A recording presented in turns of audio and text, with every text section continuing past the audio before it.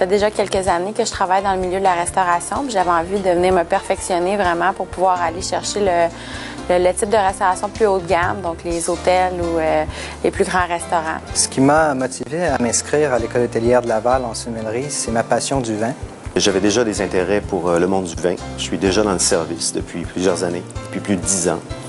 Et c'est ça, j'ai eu un désir de me spécialiser, vraiment d'être plus pointu là, pour mes conseils. Je m'appelle Dominique Duquette. Je fais actuellement mon ASP en sommellerie à l'École hôtelière de Laval. Je m'appelle Frédéric Thériault et je suis en sommellerie. Carl Etcheverry, je suis étudiant en sommellerie à l'École hôtelière de Laval avec M. Donjean Léandry.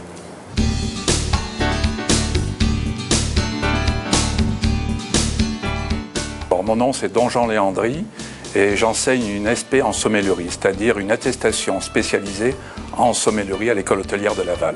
Alors une journée typique pour un sommelier, une journée de sommelier, c'est premièrement de s'occuper de la cave, donc de s'occuper par exemple des inventaires, placer les bouteilles, et refaire l'inventaire du jour, ça, placer des bouteilles au frigidaire par exemple le matin, s'assurer de la propreté des verres, s'assurer de tout le matériel de service, que ce soit les carafes à décanter ou les carafes pour passer les vins en carafe. Et puis le sommelier est en contact bien sûr avec la cuisine. Il peut discuter avec le cuisinier pour faire l'accord des mets et des vins en étroite collaboration. Puis ensuite de ça, il y a le moment du service qui est quand même la partie clé. C'est ça pourquoi on fait ce métier-là. Donc, on va conseiller les gens sur les vins, on va ouvrir des vins, on va travailler en équipe aussi avec le reste de la brigade. Éventuellement aussi, ça va être aussi un contact avec les agents promotionnels, leurs représentants, donc les recevoir, goûter des produits, bien sûr.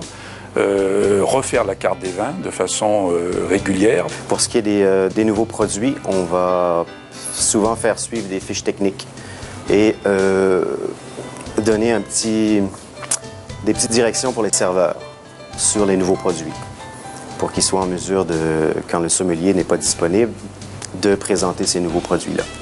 On peut faire, si on a la plume facile et le verbe facile, soit des publications sous forme de chroniques papier ou des chroniques à la télévision ou à la radio. On sait que c'est toujours bien apprécié. On ne peut pas être assis sur ses lauriers, il faut lire énormément, assister à des salons, rencontrer les agents, partager ses connaissances.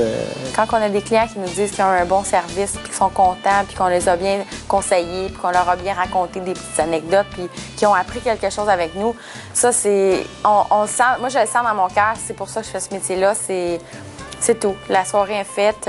Dans ce temps-là, on oublie tout ce qui a été mal, on oublie les clients un peu plus difficiles parce qu'on sait qu'on a des gens qui nous ont appréciés.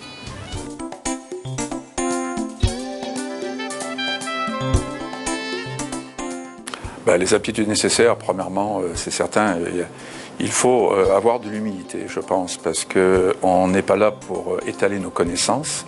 Les clients, souvent, ils sont intimidés par un sommelier, une sommelière, donc il s'agit simplement de présenter le vin, d'essayer de les guider avec le plus d'humilité possible. Il faut avoir une connaissance des différents cépages qui sont utilisés dans l'élaboration des vins. Les principaux cépages, on parle d'à peu près 65 cépages pour un sommelier pour avoir une connaissance de base, parce qu'il y en a des milliers à travers la planète. Il faut être un peu vendeur aussi parce qu'il ne faut jamais oublier dans le service de restauration, on a des produits, c'est une chose, mais il faut les vendre. Alors on travaille avec une carte des vins souvent complexe, on a les connaissances, mais il faut vendre ces vins. Il faut avoir développé des habiletés techniques, ça se fait au quotidien. Hein? Alors, présentation du vin, ouverture de la bouteille de façon convenable, décanter, mettre en carafe.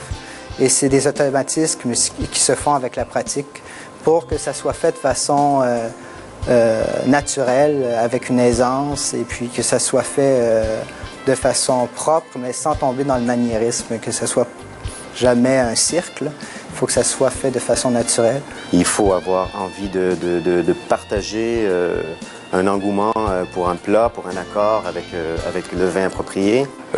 C'est d'avoir de l'entre-gens, bien entendu, de pouvoir converser avec les gens. Et tout cela, bien sûr, on peut le faire que grâce à une culture générale, pas seulement une culture des vins ou des spiritueux, mais une culture générale. Connaître des petites anecdotes, des petits détails qui vont faire sourire les gens. Être sommelier, c'est être au service du bonheur et il faut toujours tenir en tête que dans le service, il faut être agréable. Les problèmes sont à la maison et voilà, c'est du bonheur qu'il s'agit en fait.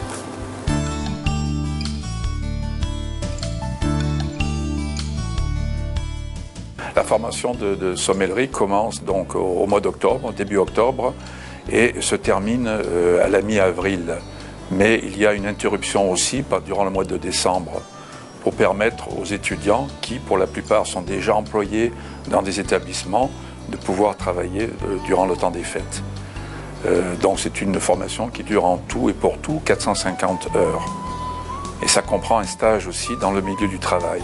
Une journée type avec Don Jean, le professeur. Les matinées sont académiques et l'après-midi, dégustation. Et on en déguste. Plus on avance dans l'année, plus les dégustations se font à l'anonyme.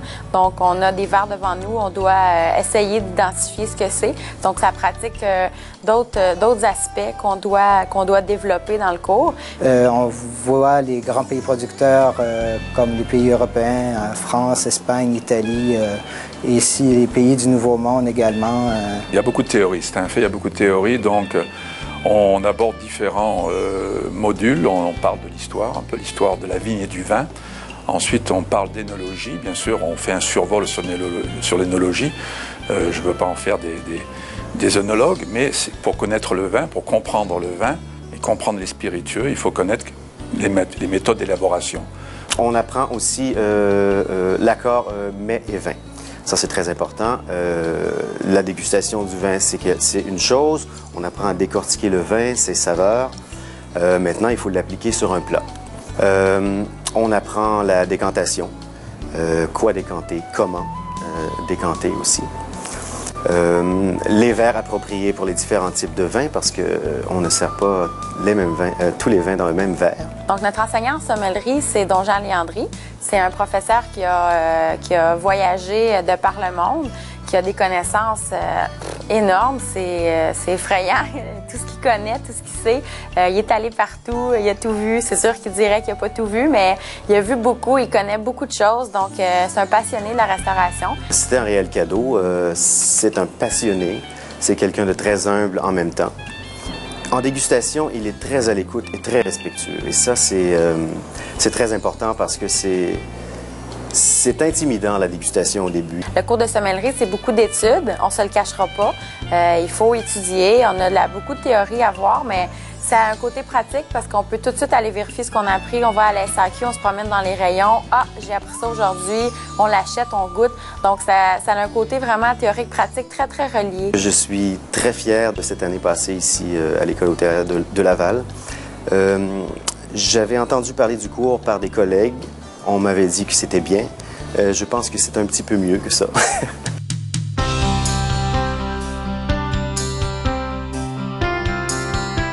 Le type d'employeur qui recherche les gens qui ont complété cette formation de sommellerie, évidemment, on a les restaurateurs, hein, les propriétaires de restaurants, les propriétaires d'hôtels aussi, parce qu'on a des restaurants de prestige dans les grands hôtels de Montréal.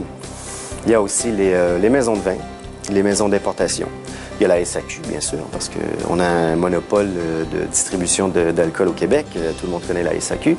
Ils ont la possibilité de travailler dans un restaurant, pas nécessairement comme sommelier, parce que les restaurants qui emploient uniquement des sommeliers, disons, sont pas aussi nombreux.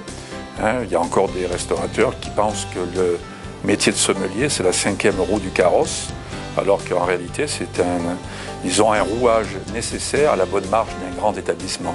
Mais ce qui est encourageant, c'est que la plupart des grands restaurants aujourd'hui emploient des serveurs, des serveuses qui ont une formation en sommellerie.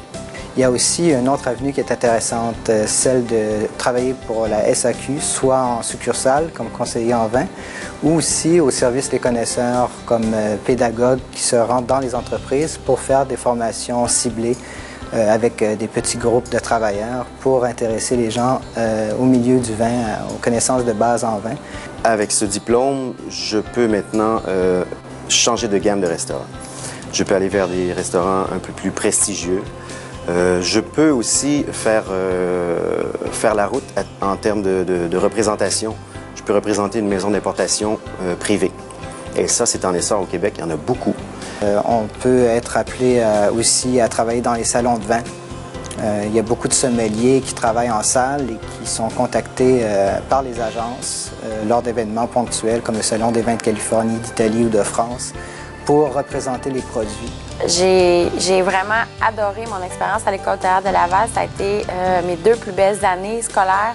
J'ai jamais vécu quelque chose comme ça. Les professeurs sont près de nous, ils nous aident, ils nous encouragent, ils sont gentils, drôles, charmants, accueillants. Si on me donnait le choix de recommencer le cours ou pas, je le referais en fait. C'est sûr que c'est demandant. Hein? Je m'en cache pas, c'est beaucoup d'études. On a le nez dans les livres autant que dans le vin. Alors, il ne faut pas se leurrer là-dessus, mais c'est extrêmement satisfaisant et on garde ça pour la vie, hein, c'est extraordinaire.